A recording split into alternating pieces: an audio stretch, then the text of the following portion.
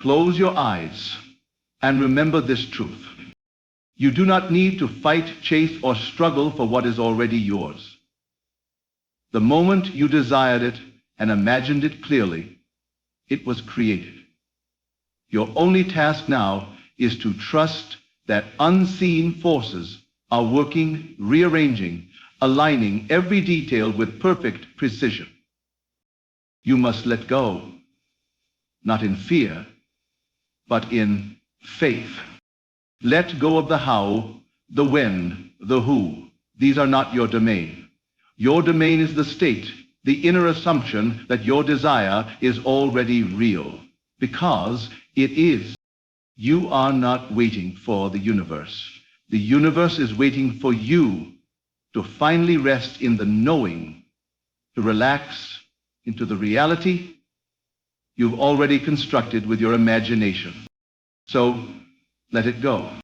Let go like the farmer releases the seed into the soil. He does not dig it up the next day in panic. He does not question if it's working. He knows it is. And in that knowing, he rests. He waters with joy. He lives as if harvest is inevitable. This is what it means to let go. It is not giving up.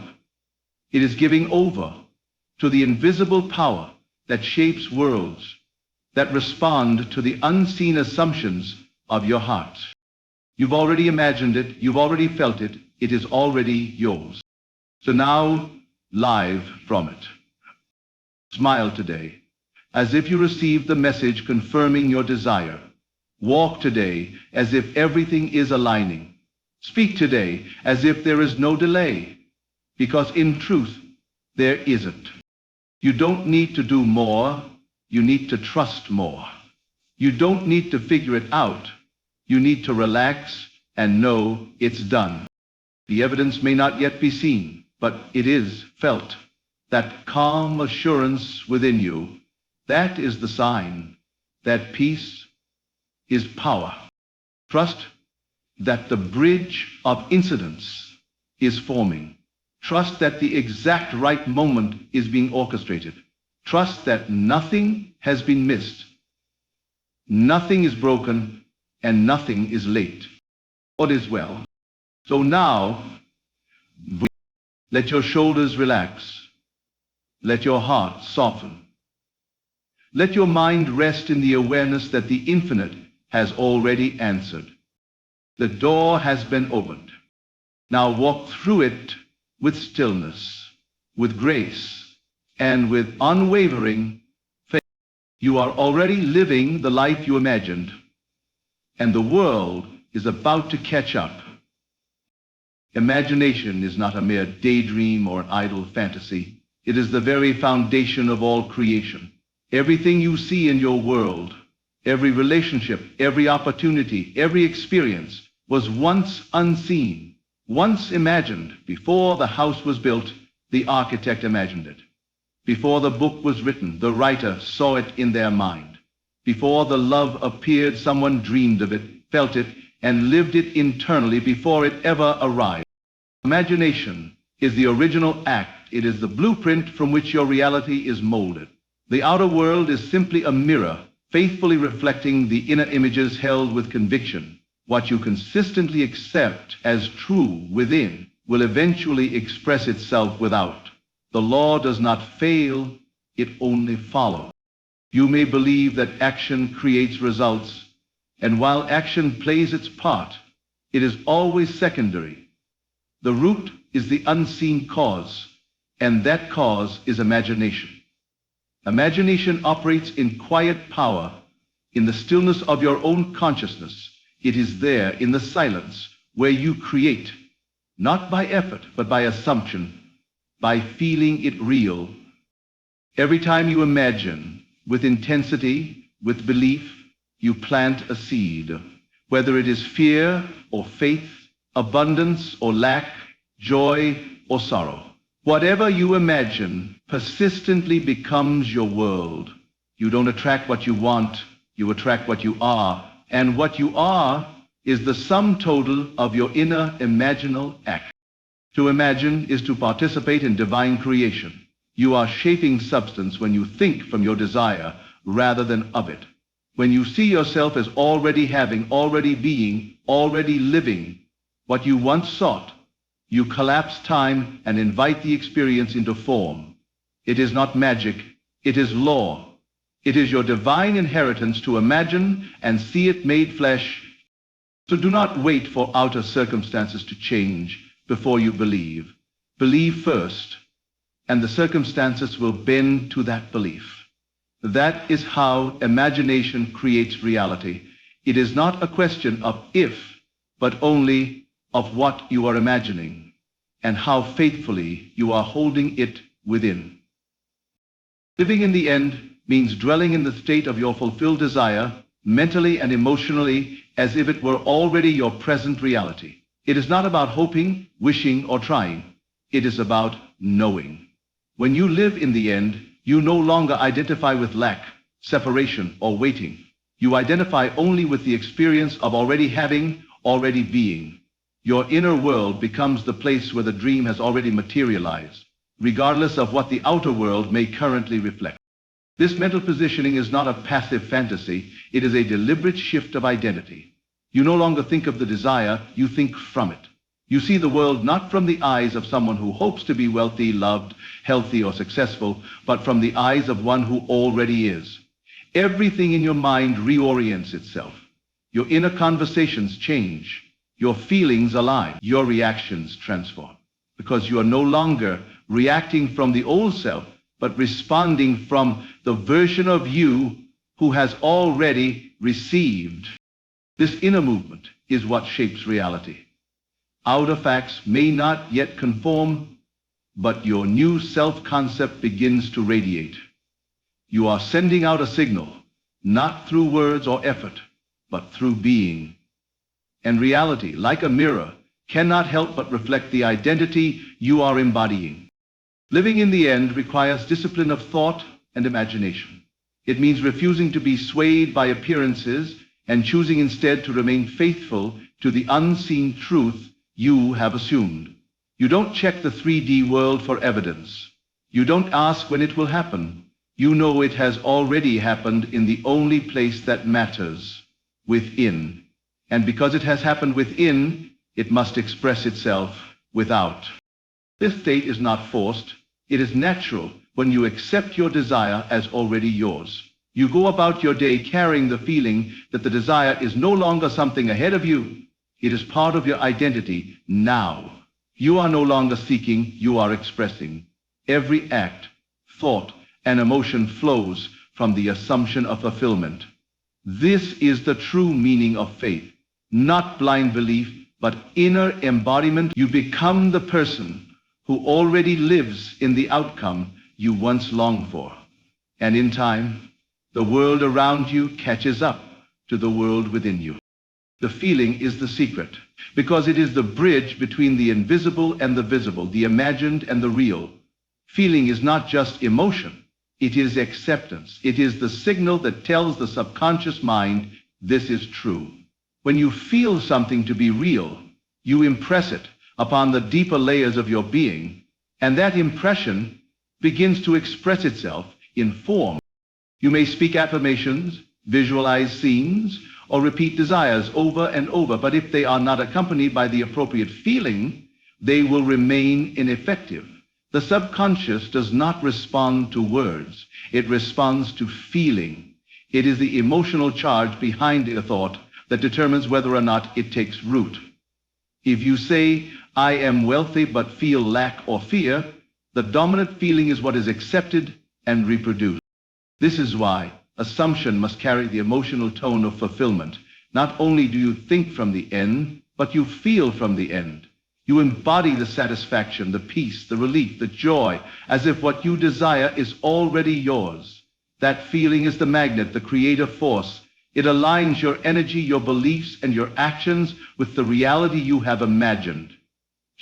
Feeling is also the evidence of inner acceptance.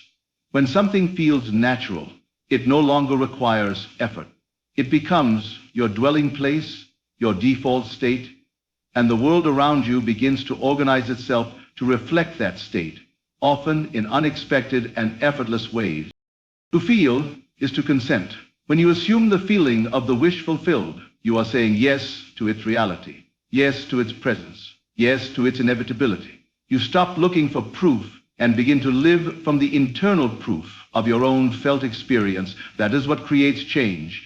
That is what moves mountains. Not struggle, not desperation, but a quiet, unwavering feeling of already being what you desire to be. This is the great key. Whatever you feel to be true, consistently and deeply, becomes true for you. The world does not create the feeling creates the world.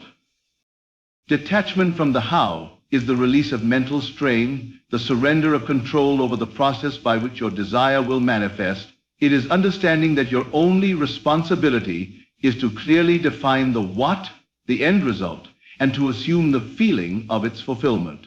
The details, the timing, the steps, and the methods are not for you to manage. They belong to the unseen intelligence that governs the flow of creation. When you obsess over the how, you are placing your awareness in the realm of doubt and limitation. You begin to measure what is possible through the lens of your past experiences, logic, or external evidence. This creates resistance, because the conscious mind is limited in its view, while the deeper creative power works beyond the intellect, weaving together people, events, and circumstances in ways you cannot predict or force. Detachment is not indifference. It is confidence.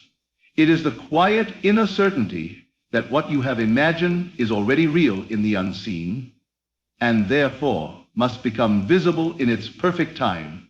You no longer try to make it happen. You allow it to unfold. You remain anchored in the state of fulfillment, trusting that the universe, your subconscious, or divine law knows exactly what to do. This detachment also brings peace. You stop micromanaging, stop overthinking, stop searching for signs. You move through your day in faith, not worry. You take inspired actions when they arise, but you are no longer driven by anxiety or urgency. You live as one who knows the outcome is assured, even if the path is still hidden. By releasing the need to know how, you open yourself to receive in ways that are often faster, more beautiful, and more effortless than anything you could have planned. The how is always taken care of when the inner state is secure. Your task is to hold the vision, live in the feeling, and trust that what you desire is already on its way, guided by forces that never fail and that never require your interference. Faith over fear is the decision to trust in what is unseen rather than be ruled by what is visible. It is choosing the invisible certainty of your inner vision over the loud evidence of your current circumstances. Faith is not blind hope. It is inner knowing. It is the unwavering belief that what you have imagined is already yours, even before there is any proof in the physical world. Fear comes from the outer world. It speaks through doubt, delay, lack, and appearances. It tells you that what you want is too far, too difficult, too unlikely. It measures your potential by what has been, by what others say, by what seems possible. But faith does not rely on appearances.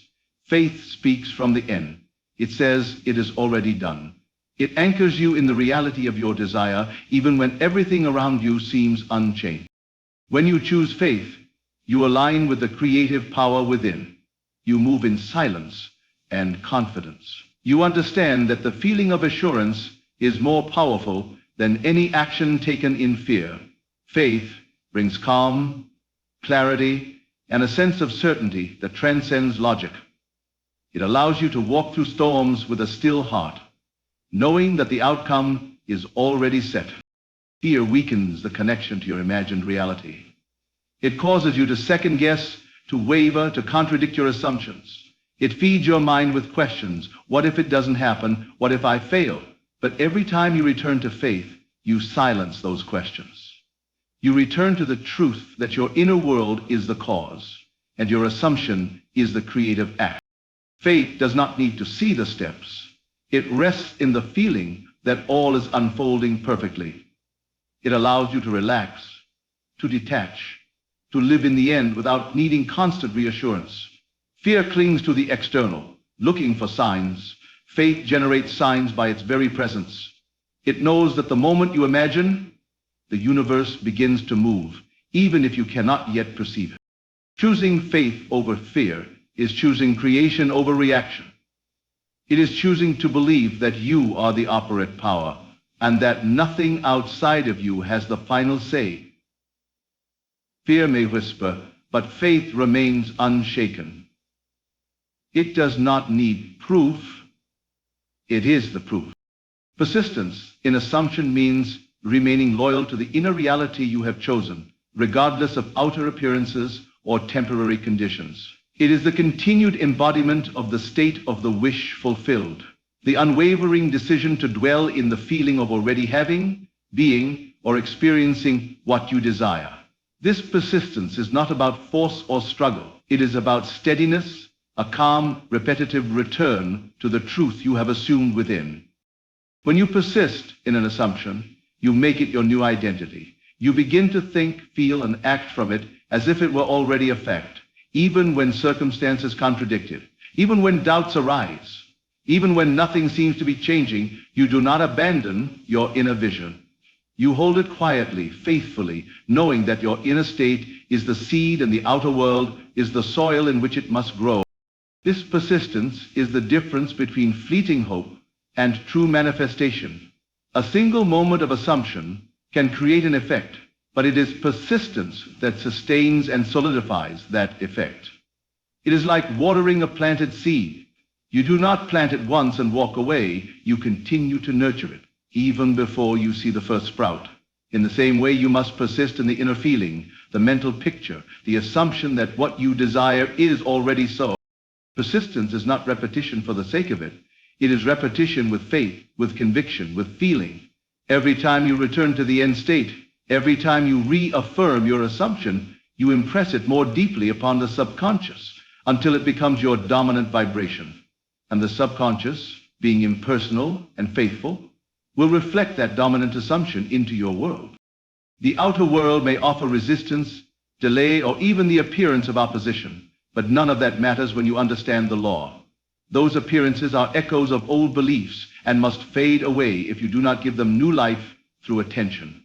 Your task is not to fight what is, but to remain inwardly fixed on what you have chosen.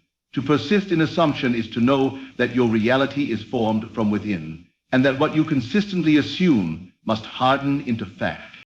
You are not hoping, it is done. You are not waiting, you are living from it now. The more you persist, the more natural it becomes, and when it is natural, it is inevitable. Inner conviction over outer evidence is the understanding that your inner state of belief is the true cause of your reality, not the conditions you see around you. It is the decision to trust what you feel and know within, rather than be swayed by what the world appears to be showing. This is not denial of facts, it is mastery over them.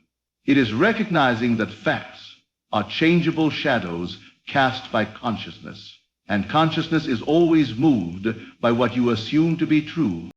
When you live by inner conviction, you no longer seek validation from the external world.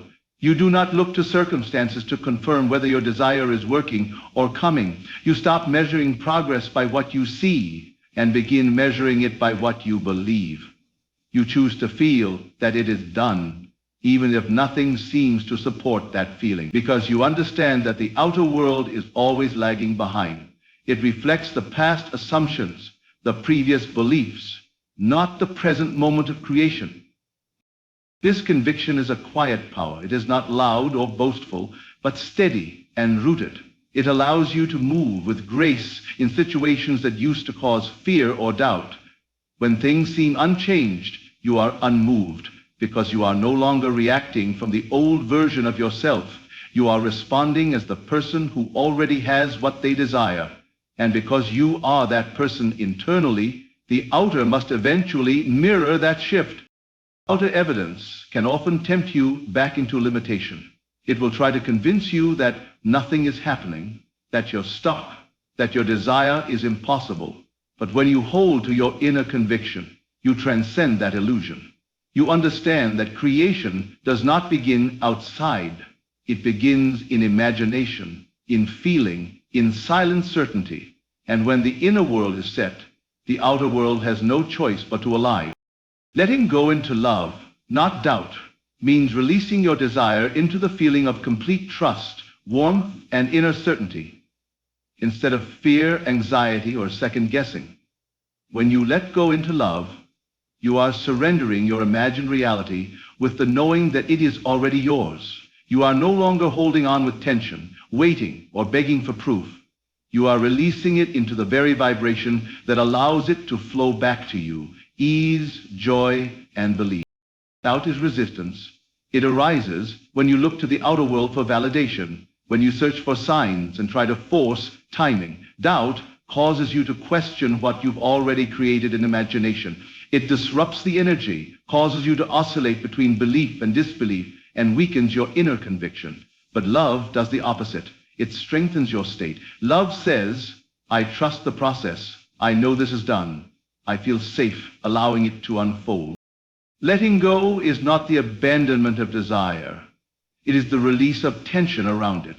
It is the shift from needing to having, from hoping to knowing. Love is the natural state of having.